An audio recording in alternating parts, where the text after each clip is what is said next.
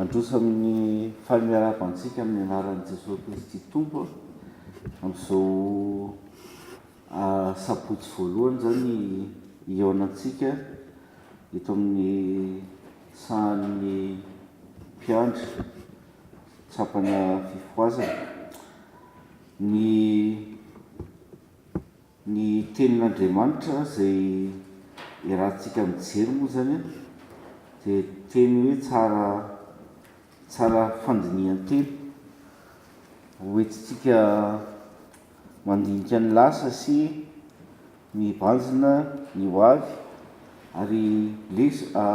fianarana koa zay ao anatin'ny fifanana mpianatra zany fa dia mialohan'ny zavatra rehetra dia miarabantsika zay mbola tsy hita zany tratran'ny taona vaovao 2017 dia ny fiadanan'ny tompony eo amintsika rehetra hatramin'izao atao mandrakizay. Ny tenin'Andriamanitra andraisana fampianarana zany dia hitantsika eo amin'ny Genesis 2:12 any ny antsoan'Andriamanitra any Abrahama. Haitsika tsy enjery ny teny Genesis 2:12 dia ny andininy voalohany ka hatramin'ny fahavalo ihany no vakiantsika aloha amin'ny anaran'i Jesosy. Aroy Jehovah tamin'ny Abrahama, mandehana mialahy amin'ny taninao sy ny havanao ary ny trano ny rainao hankany amin'ny tany izay asehoko anao, dia ahatonga anao firenena lehibe aho sady hitahy ianao sy halehibe ny anaranao ary ho fitahiana tokoa ianao, ary hitahy izay manisy soanao aho fa anosona izay manosona anao, ary aminao no hitahiana ny firenena rehetra ambonin'ny tany. Dia nandeha Abrahama araka izay efa nolazain'i Jehovah taminy, ary Lota koa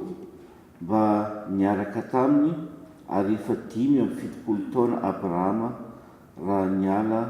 tao Harana izy. Ary Abrahama nitondra any Sarai vadiny sy Lota zanatra lainy mba mifananany izy rehetra izay efa nohariny sy ny olona izay efa azony tao Harana, dia miainga izy ireo hankany amin'ny tany Kanana ka tonga tany amin'ny tany Kanana izy. Ary Abrahama dia nitety ny tany hatrany Sikema dia tao ankazo terebitany More, ary ny Kananita no tompo-tany tany Kanana fahizay. Ary Jehovah niseho tamin'ny Abrahama ka nanao hoe, ny taranakao no omeko ity tany ity, ka dia nanorina alitara teo izy ho an'i Jehovah izay niseho taminy, ary nifindra niala teo izy hankany amin'ny tendrombohitra atsinanan'ny Betela, ka nanorina ny lainy teo anilan'ilan'ny Betela tao andrefany sy Ai tao atsinanany, dia nanorina alitara teo koa ho an'i Jehovah izy, ka niantso ny anaran'i Jehovah. Amen. Ray masina manamasinanay famarina, teninao famarina. Amen. Ny lesona tiako hisarihana ny saintsika zany amin'izao maraina izao dia ny antsoan'Andriamanitra any Abrahama. Fantatsika ny tantara fa amin'ny tantara famonjena dia ity teny ity niantsoana hoe nanaovan'Andriamanitra fanikena tamin'ny Abrahama. Tsy nandeha ho aza zany fanikena zany, ary ho an'ny mpandinika aza dia magaga io fanekena ataon'Andriamanitra amin'ny Abrahama io satria zao rehefa misy fifanekena entre eo amin'ny firenena anankiroa ohatra tamin'izany fotoana izany a dia ny firenena madinika firenena malemy no mangataka hanao fanekena amin'ny firenena matanjaka mba hiarovany firenena matanjaka iny azy mba azahoany manararoatra zay soa mety ho azony amin'ilay firenena matanjaka fa eto zany a Andriamanitra tsy misy zavatra hoe ilay avy amin'ny olombelona na hoe avy amin'ny Abrahama dia izy no tonga manao fanekena amin'ny Abrahama satria araka amin'ny voalaza eto hoe te hitahy ny firenena rehetra Andriamanitra ary dia niantso any Abrahama izy manao hoe ilao ny taninao sy ny rainao sy ny havanao andeha ho any tany izay omeko anao fa anao firenena lehibe aho dia ho tonga fitahiana ho an'ny firenena rehetra ianao. Eo zany ny manomboka ny antso ry havana hoe rehefa misy antson'Andriamanitra dia tsy maintsy misy zavatra afoy an'ilay olona antsoina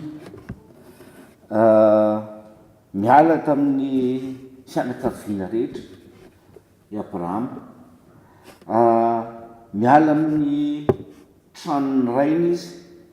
ary mba nanana namana izy tamin'izany fotoana zany dia miala tamin'ireny to dia mandeha any amin'ny tany zay ho asehon'Andriamanitra andeha any amin'ny zavatra zay mbola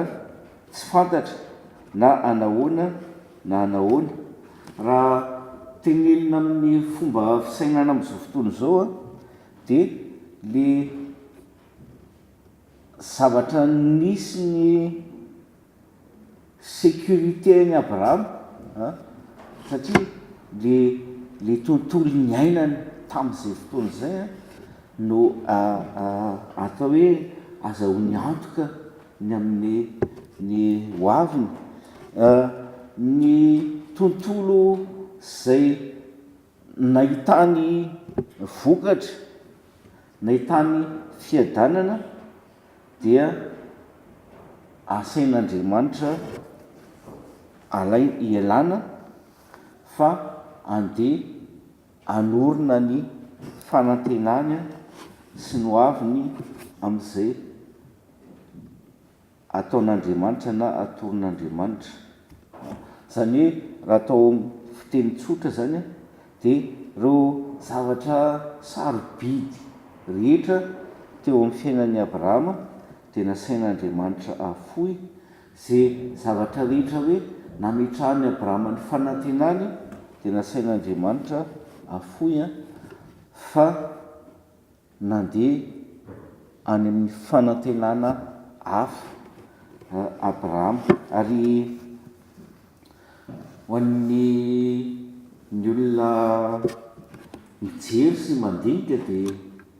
mety hoe zavatra adalany ty ataony Abrahama ty ho an'izay olona nandalo niady mpanahy hoe ampijanona ny fianarany fa andeha hanao pasteur dia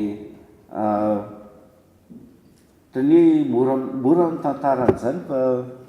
rehefa tonga any amin'ny faculté de théologie miara-miaina any dia samy tantarany hoe nandraisan'ny fanapahan-kevitra dia mampahery le izy satria mitovy daholo ny adiny lalovana hoe tsy mora le hoe andeha afoinao ty zavatra zay nametrahanao ny hoavinao misy te anao an'izany ingénieur électronique zany tany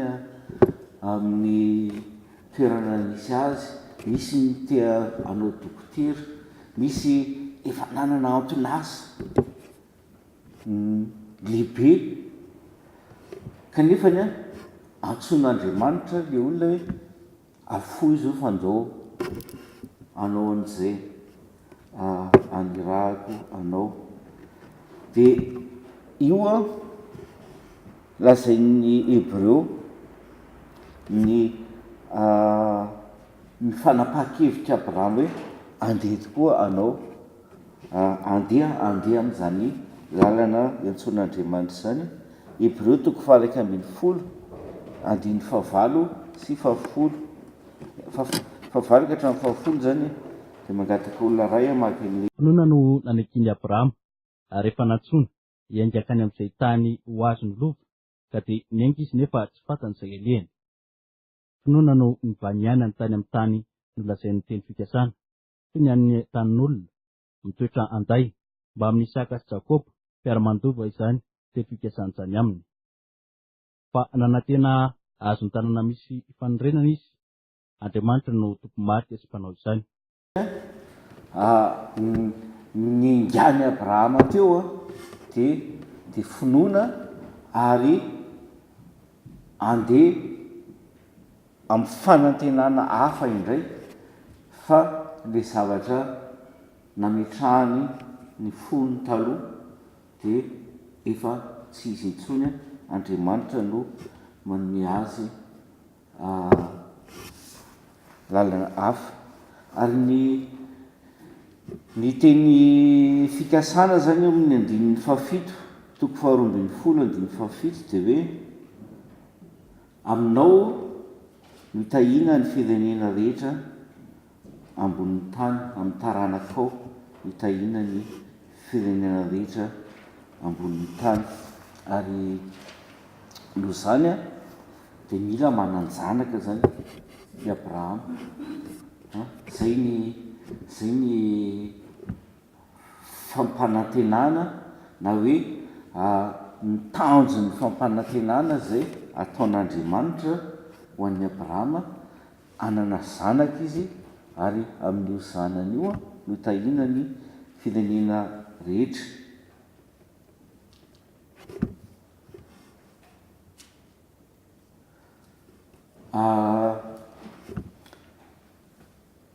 Zany teny fikasan'Andriamanitra zany de lasa tanjon'ny Abrahama koa teo amin'ny fiainany hoe atanteraka an'izany tenin'Andriamanitra zany de tsy maintsy mananjanaka izy, tsy maintsy manana anaka i Abrahama, zay vao azo tanterahana ary mazava ho azy zany fa tena nirin'ny Abrahama fantatra ny ahazo zanaka. Ary ny vadiny anefa omba tsy miteraka ny vadiny. De eo mipetraka ny fanontaniana hoe niandra firy taona i Abrahama vao nahazo an'le zanany, azany 25 ans, 75 ans izy nahazo an'le teny fikasana, 2:17. Jereo hoe 2:17, 2:2 vakily izy ay 2:12 ny 17 azafady, 75 ans. De firy taona izy nahazo an'le 21:5, raiky amby roa, chapitre 21 verset 5. Ary efa 100 taona Abrahama raha niteraka ny Isaka zanany izy. Feno 100 taona izy araka nio vala zay ary efa zato taony abrahama raha niteraka nisahaka zanany zany hoe efa niandry a 5 taona zany i abrahama vo tanteraka ilay teny fikasana zay nomen'andriamanitra azy dia zao ny problema hoe nanahoana niadina treny abrahama tao anatin'izay 5 taona zay nanomezany an'le teny fikasana maly nisy toriteny nenoky tamin'ny youtube dia ozy le olona hoe manao fitoroana volombelona izy mahazava amiko zao zy izy fa ny rehefa andriamanitra mipromettre zavatra hoe ho azonao io a dia mety 30 taona na 40 taona ny dikan'izay le hoe andrazo kely zay fa mila manana finoana mila faharitany i abrahama zany a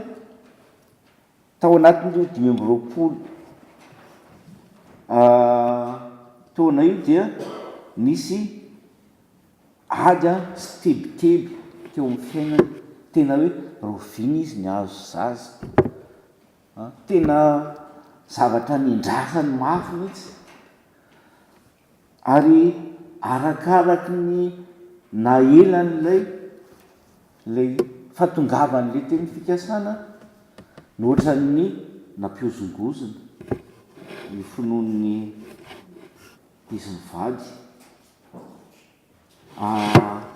fa talohan'izay le fiozongozona ny zareo zay a dia zavatra tsapa dia zao hoe vo niala avy tao arana toerana misy azy fotsiny abrahama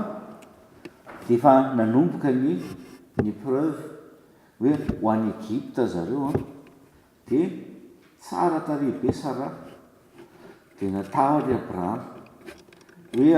vonoandry zalaza raha hoe fantany hoe vadiko ianao fa reo atao hoe anabaviko ianao tsy dia mandanga tanteraka izy satria karazana cousine ihany sara dia misy ny épisode-ny Abimeleka dia misy ny atao hoe faratampony amin'izay preuve nandalovan'izy mivady zay ny amin'ny Agara i Sara tena efa masaka tao am-pony mihitsy hoe mila mananjanaka i abrahama dia hoe io Agara laivo vomay miteraka épreuve be koa le izy satria ny Sara no nefa niova statut niova saka hoe tsy andeha vavy mitsony izy ny statut an'izao fa renin-janaky i abrahama dia lasa narehare niavinavina ary nanana fijery ratsy amin'ny Sara tena teraka épreuve be tao amin'ny Sara izy ary dia nyroahany i Agara no zany anton'izany fa io le miandro io dia anisan'ny fanofanan'Andriamanitra ny Abrahama kaiky izy mba atonga azy iorina tanteraka amin'Andriamanitra ny finoana lay faelana lay tsy fahatongavan'ny zavatra ampanantenen'Andriamanitra avy hatrany dia mampianatra azy aloha hoe fanomezany ity fa tsy avy aminy tsy avy amin'ny herina ny fahendreny fa fanomezan'Andriamanitra azy mamaim-poana lay faelan'ny fahatongavan'lay fikasana koa de zao hoe saraza efa momba efa amin'ny lafiny sientifika tsy hiteraka intsony de teraka ihany mampiseho an'ny abrahama koa mihery n'andriamanitra sy ny famarinany fanatanterahany zay teny nataony. Ary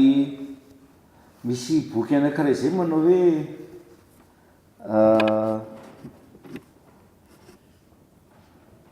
ny fanamboaran'ny olona sampy fanamboarana sampy ao anatin'ny fon'ny olona.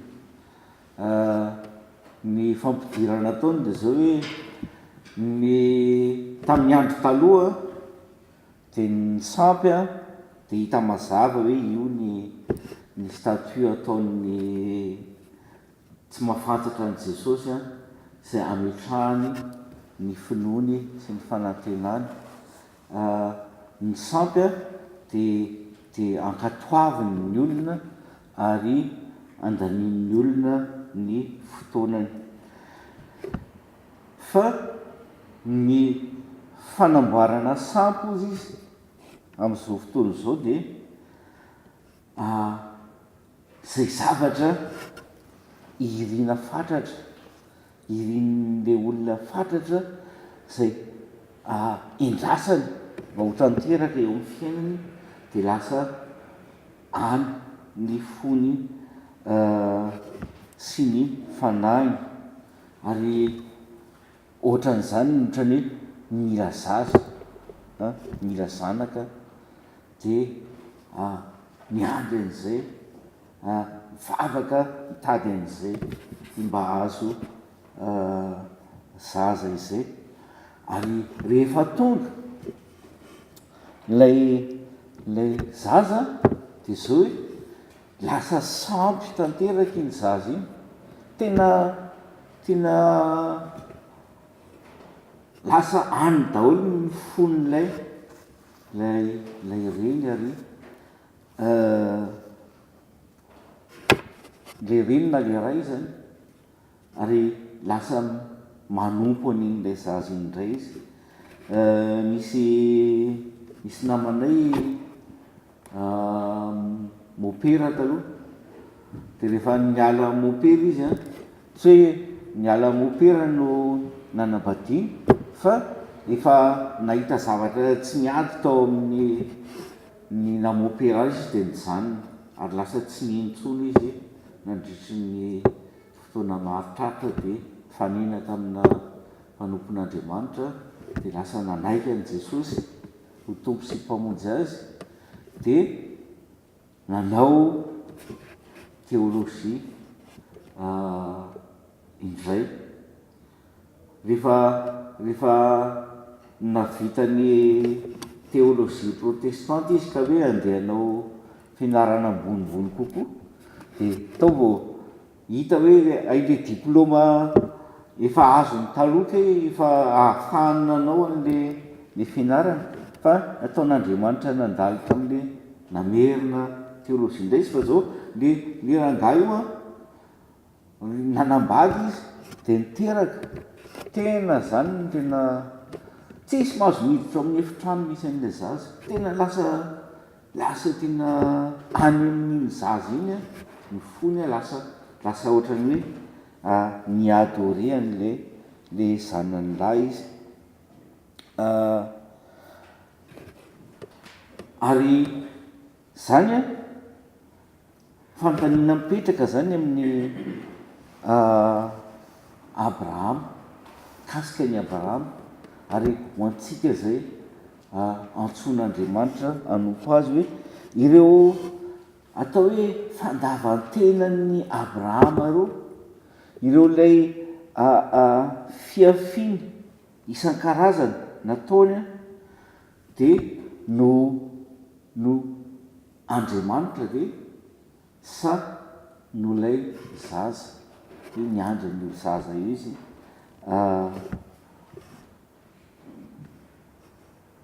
ho azy ary aniza ny fonony Abrahama an'Andriamanitra sa an'lay zaza nanana fiadanam-po ve izy teo am-piandrasana n'lay teny fikasana ary tia an'Andriamanitra ve izy amin'ny maha-Andriamanitra n'Andriamanitra fotsiny sa tia ny Andriamanitra zay anome zanaka azy. Zany ny zavatra misy eo amin'ny fiainantsika ry havana hoe indraindray lay fitiavantsika n'Andriamanitra, fanarantsika n'Andriamanitra misy mobile hafa dia in'le mobile antsika iny lasa sampy ary raha mandinika ny fiainantsika nandrisin'ny taona lafitsika zany dia betabe ny zavatra zay niandrasako tamin'Andriamanitra satria lehibe tato ny boky ilay zavatra fa tsy hoe Andriamanitra nataoko ngezabe atao anatin'ny foko isan'andro ary fanontaniana mipetraka ihany dia hoe nanana famoram-po sy fahalemem-panahy ve i Abrahama teo am-piandrasana an'ilay fikasan'Andriamanitra. Fa ny olona rehefa miandry zavatra zany ka tsy mahazo dia gizitina tena tsy azo iaraha-miaina mihitsy, lasa mamorona olana hafa isan-karazany amin'ny fiaraha-miaina sy ny fiaraha-monina, fiaraha-miasa satria misy sampy ao anatin'ny fony. Ary olona mpandinika ray hoe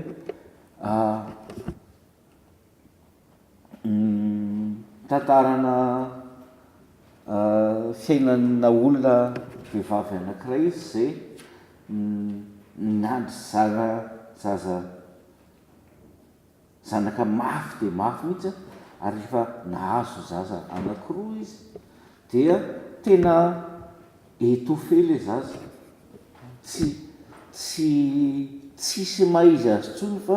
ohatran'ny objet an'ilay ramatoa. Dia hoe le mpandinika hoe rehefa ny zavatra omen'Andriamanitra indrindra raha hoe zaza no avadikitsika sampy dia tsy mahasoa an'ilay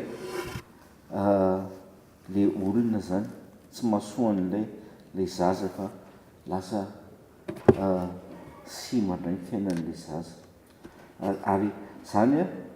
ny fanontaniana mipetraka kasika ny Abrahama ity hoe nahay ny tia an'Andriamanitra ve izy na dia tsy nomen'Andriamanitra zanaka azy. Tsika ve mahay ny tia an'Andriamanitra na dia tsy misy na inona na inona ataon'Andriamanitra ho antsika aza fa tena hoe fanoloran-tena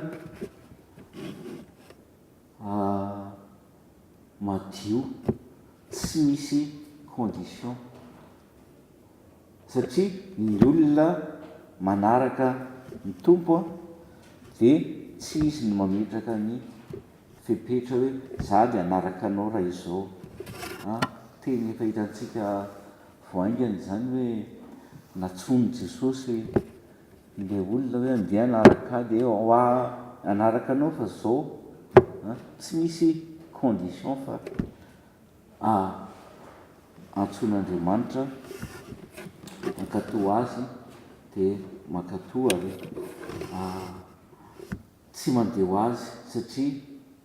ny fontsika mora manamboatra sampy ao anatintsika ao ary dia manimba fifandraisantsika amin'Andriamanitra zany. Fa nahazo zaza zany Abrahama ry havana dia raha ohatsika mamaky ny Genesis 12:10 ka hatrany amin'ny toko faraika amby roapolo dia mahita hoe vita zany mission-ny Abrahama, nahazo zanaka izy, efa nafohy ny zavatra rehetra izy dia nanana faharetana isan-karazany izy teo amin'ny fanaranan'Andriamanitra ary dia tonga ihany Isaka. Dia eo zany le mpandova dia vita ny mission-ny Abrahama. Kanefa tsy vita teo le izy fa mbola nisy azo lazaina hoe deuxième appel, ny appel voalohany zany mandao ny ray sy ny reny, ny tany sy ny havana sy ny namana, dia eto indray mbola misy appel hoe mandehana faharoa amby roapolo zany andininy faharoa. Misy anankiray mamaky indray zafady zay antson'ny sasany hoe deuxième appel ny Abrahama, dia ny sisy toko faharoa amby roapolo dia ny andininy faharoa. Aroa izy, eto ny zanakao, laha tokanao izay tianao, dia Isaka ka makanisa any amin'ny tany Moria. Ary atelo any izy fanatitra dorana ao amin'ny tendrombohitra anankiray izay ho lazaiko aminao. Io zany raka le voalazako teo hoe efa tena antitra be Abrahama zany, ary azo oetrany vita le mission, satria nahazo zazalahy izy tamin'ny fomba tsy takatry ny saina fa tena hoe fanomezana avy amin'Andriamanitra, ary naharitra tamin'ny finoana izy. Amin'ny maha-olombelona dia hoe mahazo mandeha an'izay izy, hoe afaka mody any amin'ny ray amin'izay izy. Misy mpanompon'Andriamanitra izay vo tsela vita ny boky fitaizam-pinoana ny soratany tamin'ny mois de novembre iny, dia zay tena sarobidy tokoa le boky, dia ozy izy hoe faly tanteraka izy navitana izy, izy hoe mahazo mody amin'izay zao izy. Izay zavatra navetsaka tao am-pony hoe mba amela amin'ny taranaka zavatra hoentina mampandroso ny finoanany taranaka ho avy. Ary Abrahama tena afaka miteny an'izany mihitsy hoe vita le mission-ko Andriamanitra fa mba velao amin'izay andeha. Kanefa eo indrindra no tonga ny antso zay mafimafy kokoa no teo aloha Jeremia tamin'ny antso zay nampanaovan'Andriamanitra anazy izy, nandalo ady mafy, nandalo faninjena dia taraina amin'Andriamanitra izy. Dia ozy Andriamanitra taminy hoe ny épreuve niainanao ohatran'izay dia ohatrany hoe fanenjika tamina olona ianao, olona manenjika anao, fa ny andranao aoriana ao izy dia soavaly ny anenjika anao, hoe aza mitaraina sady fa matokia an'Andriamanitra manantena azy. Ary zay ny zava-misy amin'ny Abrahama eto. Le hita eto zany le vokatry le nampiandrasan'Andriamanitra azy elabe, hoe nanamboarany azy mba ho tena ho vonina tanteraka anaiky an'Andriamanitra amin'ny fiainany manontolo. Be da be ny atao hoe interprétation an'io baikon'Andriamanitra io amin'ny mpandinika isaky ny vaninandro. Tamin'ny andro taloha be dia hoe misy philosophe lutheranina antsoina hoe Kierkegaard, ozy izy hoe nyle finoana ozy izy a sy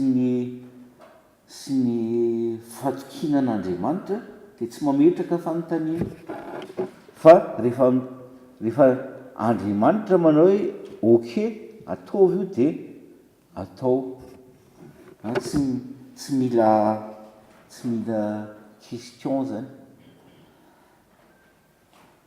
Ary mitovitovy amin'izay ny tenin'ny mpanompon'andriamanitra hafa hoe andriamanitra raha miteny aminao hoe andany ianao makany amin'ny helo dia hoany ve ianao sa tsy hoany, dia hoany ao izy satria andriamanitra makany amin'izay anyrany zay asainy ataony zay asaina atao dia miaraka amiko miaraka amintsika andriamanitra. Manafotoana ny sasany anefa ilay hoe ahoana ny zanaka no atao fanatitra, dia misy fanazavana hafa koa hoe teo mijoso ho hitantsika ny toeran'ny lamatoa. Ny lamatoa dia atolotra an'andriamanitra ary ohatran'le vidiana misy aloha azy satria an'andriamanitra ny voalohany na ny voalohany teraka na amin'ny biby na amin'ny olona na amin'ny zavaboary dia satria ohatran'hoe iny voalohany iny nametrahan'ny olona ny fanantenany ary takian'andriamanitra atao fanatitra mba anafaka ny fahotaniny rehetra, fianakaviana rehetra. Dia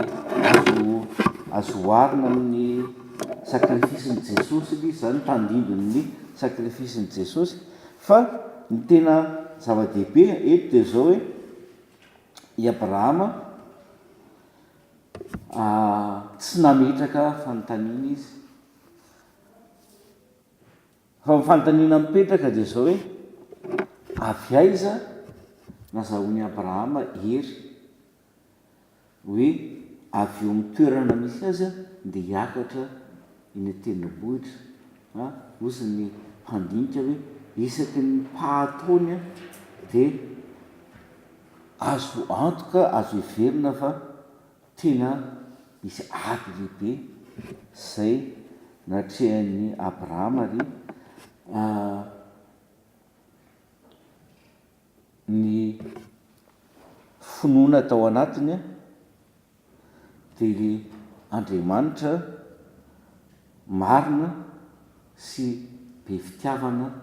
no miantso azy. Ary azo lazaina hoe tahaka ny nandalo afo mihitsy ny finoan'i Abrahama, nandalo fournaise dia lasa madio ohatran'ny volamena. Rehefa diovina ny zavatra, ny naman'i Daniel koa dia nampidirina ao anaty laforo, dia le finoan'izy ireo tena lasa mangarahara, tsy misy pentipelina, matoky tanteraka an'Andriamanitra, tsy misy condition izy. Na ho vonoinao azy izay dia zay tsy vady amin'Andriamanitra, zay mino fa maharo anay amin'ny afinao Andriamanitra. Ary Andriamanitra raha nahita ny Abrahama zany dia hoy izy hoe ny 1:20 dia hoy izy, aza maninitra ny tananao amin'ny zazalahy ary aza maninona azy akory ianao, fa hitako izao fa matahotra an'Andriamanitra ianao ka tsy narovanao tamiko ny zanakao dia lahy tokanao. Zay zany Andriamanitra zany zao mahita hoe hitako fa matahotra an'Andriamanitra ianao ao amin'ny fandikana teny zany a io le hoe matahotra an'andriamanitra io de tena hoe ny heviny voalohany de hoe tena hoe manolo tena tanteraka ho an'andriamanitra i Abrahama, tsy misy fepetra zay le atao hoe matahotra an'andriamanitra, tena fanoloran-tena tanteraka re raha tsy misy an'izay le épreuve nangatan'andriamanitra zay de mety lasa en partie na hoe en entier lasa ny Isaka ny fony, ary zay ny fandinihan-tena ry havana apetraka amintsika zany ny taona lasa ny amin'ny taona ho avy hoe sao de mba misy zavatra, sao de misy situation sao de misy asa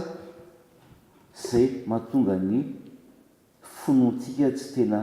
pur tahaka an'izao le finoan'ny Abrahama zao, ka azahoantsika manatona tanteraka an'andriamanitra, manolo tena tanteraka ho an'i Jesosy, ka eo amin'ny asa aman-draharaha zay nitson'andriamanitra atsika de tsisy tahotra, satria hoe io le antso de matoky an'andriamanitra zay ny antso. Ny mampalahelo indraindray rehefa mahita ny fotoam-pifoazana de ohatran'ny ohatsy le ny gasy misy ohatra ataony fa tsy mety loatra le ohatran'ny gasy hoe mihinan-toerana fa ohatran'le boursin amin'ny pub iny, sitsika rehefa netan'le boursin amin'ny pub de mandalo kely foana le rangaha de mihinana de mihekely foana le boursin de farany tena maniry tanteraka hoe avy aiza mahatonga an'izany sao de tsy madio loatra intsony ny finoana, fa misy zavatra zay lasa sampy ao anatin'ny fontsika ao rehefa mety ny zanatsika, mety ny asantsika, mety ny fanahintsika ny ho avy sy ny karazany, de Jesosy miantso ndray am'izao fiandohan'ny taona zao hoe aoka ny finoantsika an'andriamanitra, aoka ny fanoloran-tenantsika ao an'andriamanitra mba ho tena tanteraka ary tena finoana voadio amin'ny afo, finoana tsy misy petiny, dia ho an'andriamanitra iveryn'ny voninahitra.